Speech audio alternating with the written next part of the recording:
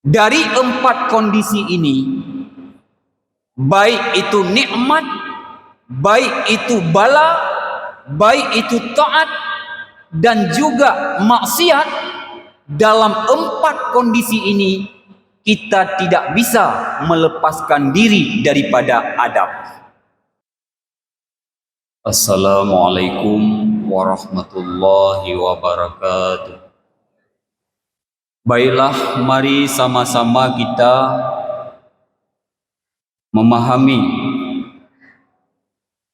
sebuah makalah Abuya yang berjudul Adab. Kita memohon kepada Allah agar Allah memberikan pertolongan kepada kita untuk dapat memahami makalah ini dan menjalankan isi makalah ini dalam kehidupan sehari-hari.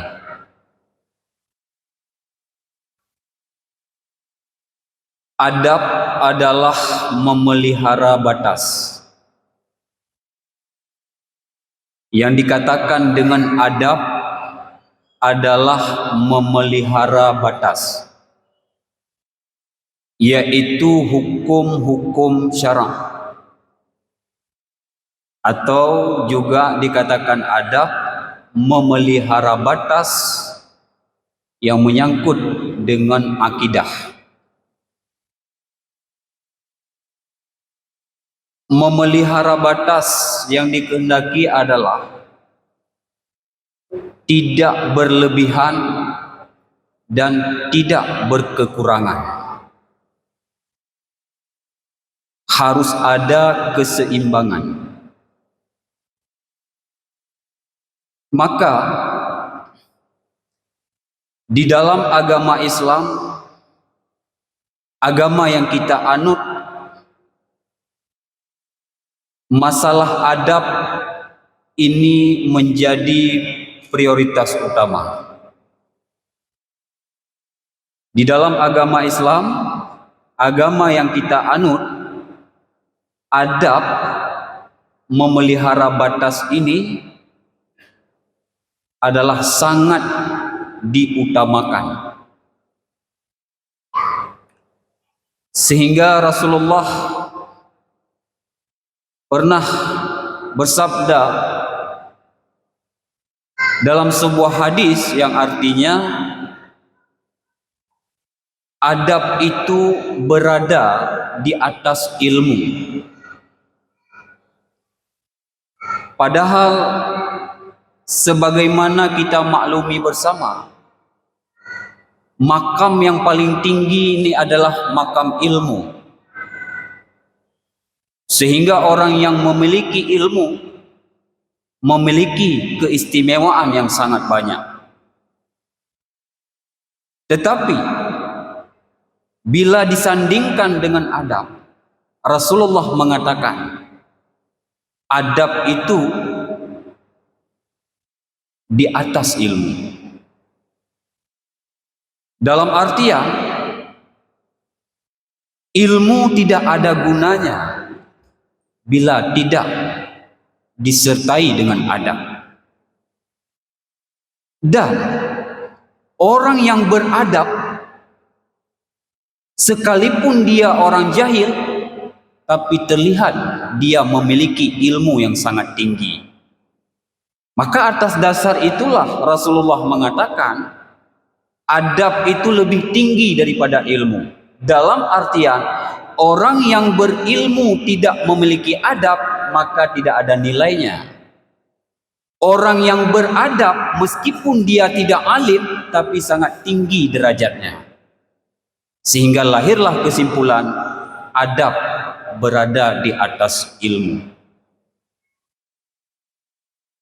Itulah prioritas adab di dalam agama Islam. Sangat dikedepankan.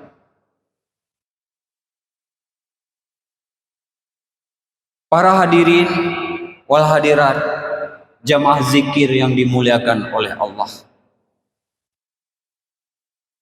Makanya Di dalam kehidupan ini, kita selaku umat Islam wajib bagi kita untuk beradab. Beradab dengan Allah, beradab dengan makhluk Allah. Wajib hukumnya. Beradab dengan Allah dalam artian kita harus bijaksana menyikapi apa-apa yang telah ditentukan oleh Allah. Itu adab dengan Allah. Di dalam kita mengarungi kehidupan ini, ada 4 perkara tidak terlepas kita daripada 4 perkara itu. Di dalam kita mengarungi kehidupan ini, ada 4 perkara kita sebagai hamba tidak bisa melepaskan diri daripada 4 perkara itu. Maka orang yang beradab dengan Allah, dia bijaksana dalam menyikapi 4 perkara ini.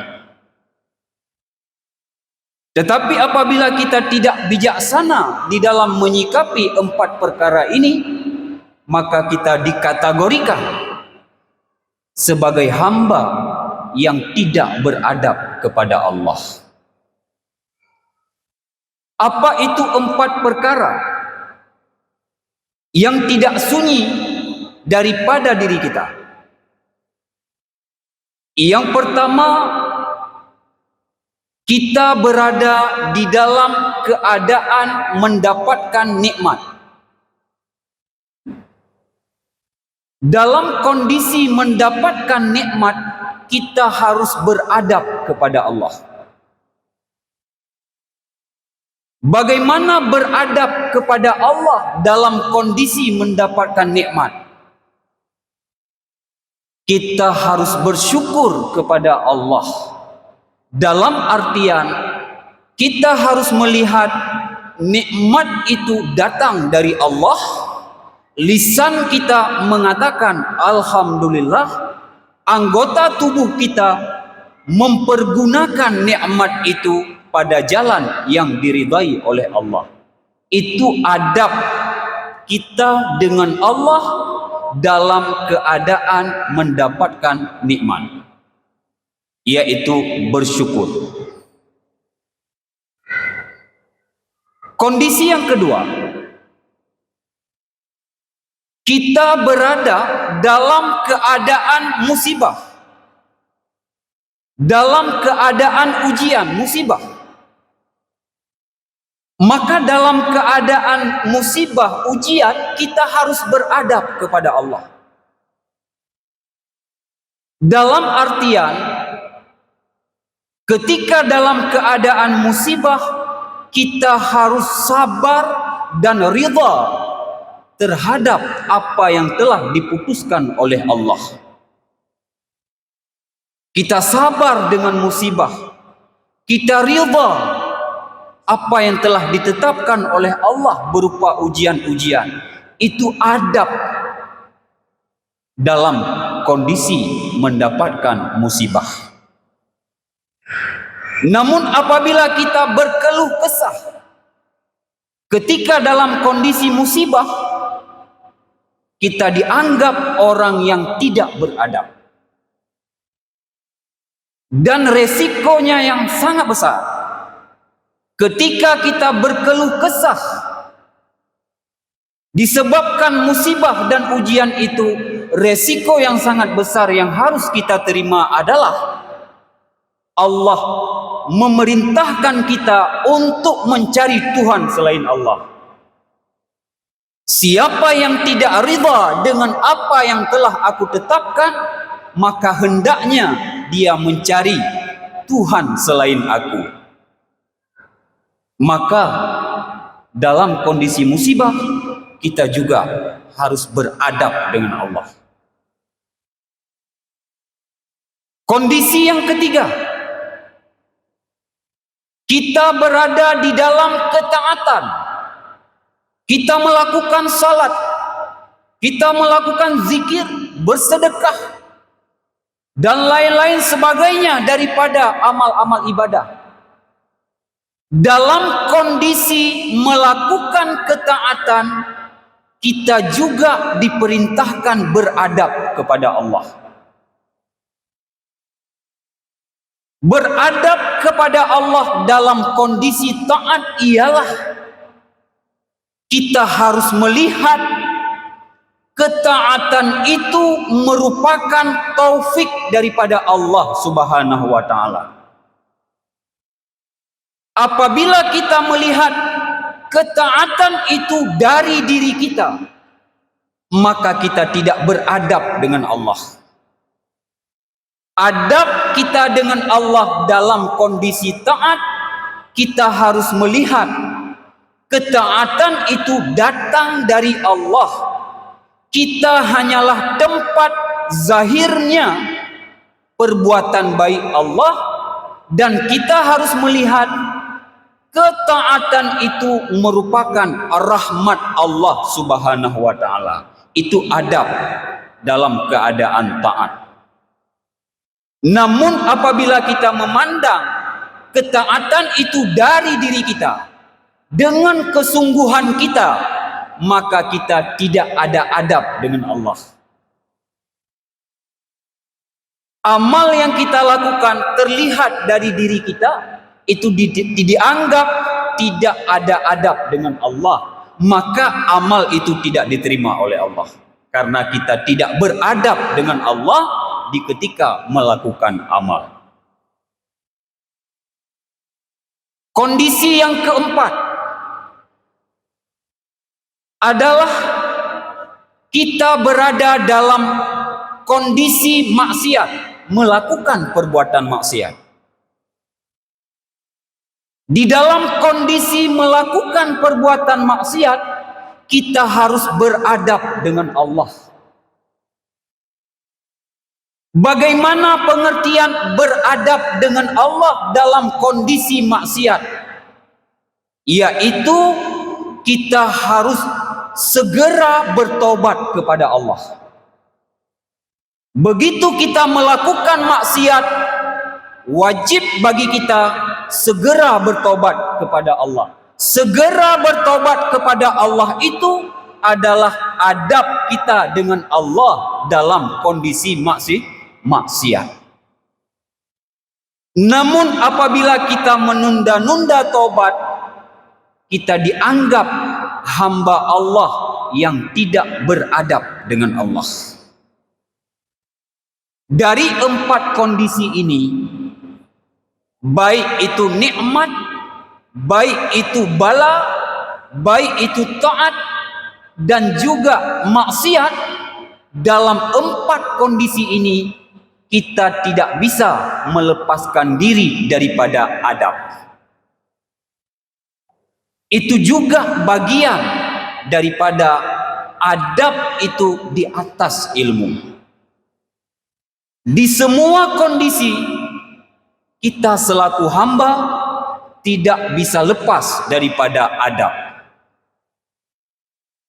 Bahkan ulama-ulama sufi mengatakan, di setiap makam yang kita lalui, di situ ada adab.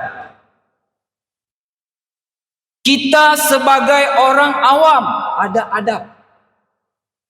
Kita sebagai orang khawas wajib beradab. Bahkan kita sudah bisa mencapai makam khawasul khawas sekalipun, kita juga wajib beradab.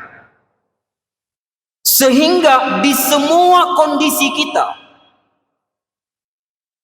tidak bisa kita melepaskan diri daripada adab. Sehebat apapun, setinggi apapun derajat kita, wajib kita beradab dengan Allah, beradab dengan makhluk Allah. Sebagaimana tertera di dalam makalah ini, yang bahwa adab itu untuk memelihara dari berkelebihan dan berkekurangan. Dan adab itu agar supaya kita dapat menjaga kondisi yang sedang kita hadapi. Sehingga kita tidak mungkin memelihara adab kalau kita tidak tahu adab. Kalau kita tidak tahu kemudaratan orang yang tidak dapat memelihara adab. Orang yang tidak dapat memelihara adab, sekalipun dia orang alim, sekalipun dia sudah berpangkat khawasul khawas, siapa yang tidak memelihara adab, maka itu dikatakan orang-orang yang zalim. Keluar dari kata-kata, dari golongan orang-orang yang siddiqin. Orang yang tidak bisa memelihara adab, siapapun beliau, setinggi apapun ilmunya, setinggi apapun makam beliau, kalau tidak dapat memelihara adab, maka dijuluki sebagai orang yang zalim dan keluar dari kelompok orang-orang yang siddiqin. Maka jangan pernah kita mendakwakan diri kita itu alim, mendakwahkan diri kita itu sudah memiliki pangkat yang tinggi, apabila kita tidak pandai memelihara adab kepada Allah Subhanahu wa taala dan kepada makhluk-makhluknya Allah. Perlu saya ketahui betapa pentingnya adab di dalam kehidupan, sehingga agama memprioritaskan adab di atas segala-galanya.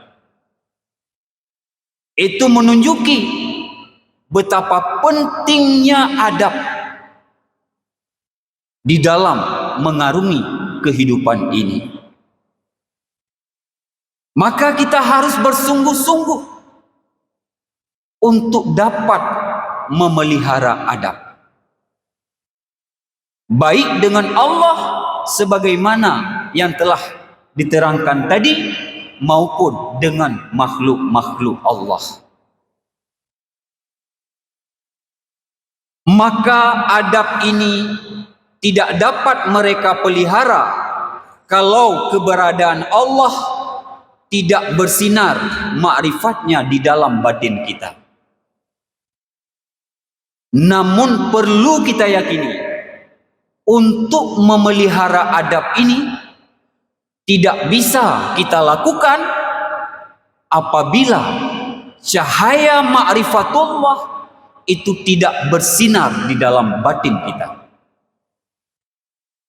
Apabila cahaya ma'rifatullah tidak bersinar di dalam batin kita, maka sampai kapanpun kita tidak bisa memelihara adab. Bagaimana pengertian bersinarnya cahaya ma'rifatullah di dalam batin kita agar bisa kita memelihara adab? Dalam artian harus terpantul di dalam batin kita ini cahaya asma dan sifat Allah. Di antara cahaya asma dan sifat Allah yang harus terpantul di dalam batin kita agar kita dapat memelihara adab ialah cahaya asma ar-raqib. Ar-Raqib, maha mengawasi. Allah bersifat dengan Ar-Raqib, maha mengawasi.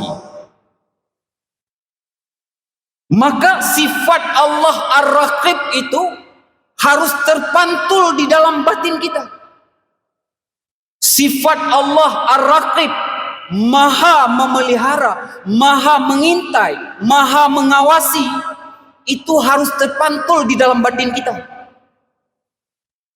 Apabila asma Allah Ar-Raqib, maha mengawasi itu telah terpantul di dalam batin kita, maka barulah kita bisa beradab dengan Allah, beradab dengan makhluk-makhluk Allah. Kenapa? Karena kita sudah merasa diawasi oleh Allah. Setiap gerak-gerik kita, setiap lintasan hati kita, setiap kemauan kita, kita telah merasa itu semua diawasi oleh Allah. Ketika kita merasa diawasi oleh Allah, setiap gerak-gerik kita, setiap lintasan hati kita, setiap kemauan kita, maka kita akan berhati-hati di dalam bertindak. Berhati-hati dalam bertindak itulah yang membuahkan adab. Maka inilah makna daripada perkataan Abuya, adab ini tidak dapat mereka pelihara kalau keberadaan Allah tidak bersinar ma'rifatnya di dalam batin. Dalam artian, apabila asma dan sifat Allah itu tidak terpantul di dalam batin kita, maka sampai kapanpun kita tidak bisa beradab baik dengan Allah maupun dengan makhluk-makhluk Allah.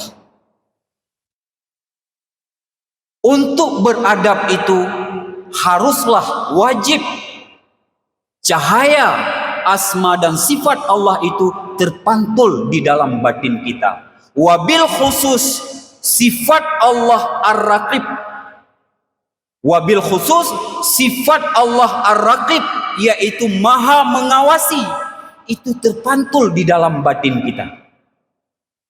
Barulah kita bisa beradab dengan Allah dan dengan makhluk-makhluk Allah.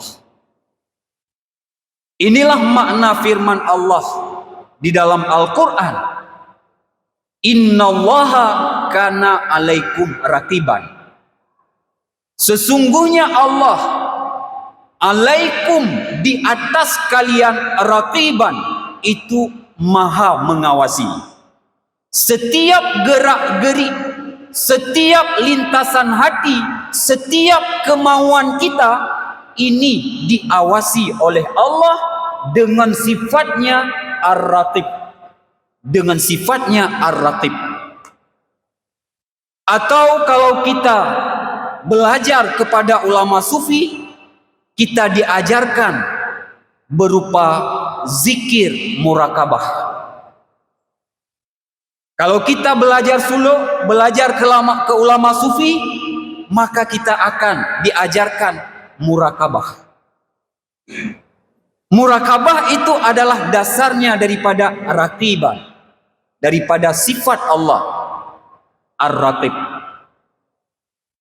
Sehingga oleh ulama sufi menjadikan itu sebagai satu makam untuk dapat sampai kepada Allah, untuk dapat beradab dengan Allah, yaitu sering kita dengar dari Abuya, yaitu bermurakabah.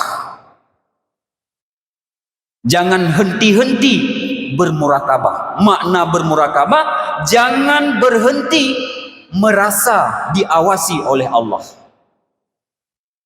Nah, ketika kita selalu merasa diawasi oleh Allah, dalam istilah lain bermurakabah, maka disitulah akan membuahkan adab, akan membuahkan perilaku akhlak yang bagus. Namun apabila murakabah, merasa diawasi oleh Allah itu tidak tertanam, tidak terpantul di dalam batin kita, sampai kapanpun kita tidak bisa beradab, kita tidak bisa berakhlak yang baik dengan Allah dan dengan makhluk-makhluknya Allah. Maka kaitan adab ini sangat erat kaitannya dengan tasawuf. Adab ini sangat erat kaitannya dengan tasawuf. Sehingga orang yang tidak terjun dalam dunia tasawuf, maka mereka itu tidak bisa melepaskan diri daripada kefasikan, daripada kenifakan, daripada kesyirikan. Kenapa? Karena mereka yang tidak tenggelam ke dalam lautan tasawuf, mereka tidak pandai menjaga adab. Orang yang tidak pandai menjaga adab itu orang zalim. Orang zalim itu adalah orang yang fasik, orang yang nifak, orang yang tidak bisa lepas daripada syirik khafi. Makanya agama Islam sangat memprioritaskan adab. Bahkan Islam menduduki posisi adab di atas segala-galanya. Di atas ilmu, di atas hal, di atas makam, maka adab berada di atas itu semua. Tanpa adab tidak ada ilmu, tidak ada hal, tidak ada makam, tidak ada syuhud apabila tidak disertai oleh adab. Makanya Imam Junaid Al-Baghdadi pernah menasehati muridnya. Imam Junaid Al-Baghdadi mengatakan, jangan pernah gembira dengan hal, dengan syuhud yang telah engkau dapatkan apabila hal dan syuhud yang engkau dapatkan itu tidak engkau sertakan dengan adab. Itu nasihat Imam Junaid Al-Baghdadi kepada muridnya. Wahai murid-muridku, jangan merasa gembira dengan ilmu, jangan merasa gembira dengan amal, jangan merasa gembira dengan hal, jangan merasa gembira dengan syuhud apabila ilmu, amal, hal dan syuhud itu tidak kalian sertakan dengan adab. Karena adab berada di atas ilmu, di atas amal, di atas hal, bahkan di atas syuhud sekalipun adab lebih tinggi. Makanya sesuai dengan makalah yang Abuya tuliskan ini Abuya memperingatkan kita bahwa jangan menyepelekan masalah adab. Jangan menyepelekan masalah adab. Agama Islam yang kita anut, pemilik agama Allah dan Rasul sangat memprioritaskan adab.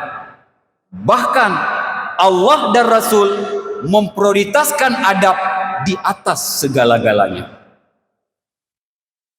Para hadirin wal hadirat, jamaah zikir yang dimuliakan oleh Allah Subhanahu wa taala. Dari uraian makalah ini dapatlah kita mengambil kesimpulan yang bahwa setinggi apapun ilmu kita, sebanyak apapun amal kita, sebesar apapun hal yang telah kita dapatkan, setajam apapun syuhud kita, apabila tidak disertai dengan adab, maka itu tidak ada nilai sama sekali di sisi Allah Subhanahu wa taala. Maka marilah kita bersungguh-sungguh untuk memelihara adab, di samping kita memohon kepada Allah agar Allah memberikan karunia dan rahmatnya Allah, wabil khusus memberikan adab yang tinggi kepada kita. Amin, amin ya rabbal alamin. Wabillahi taufik wal hidayah. Assalamualaikum warahmatullahi wabarakatuh.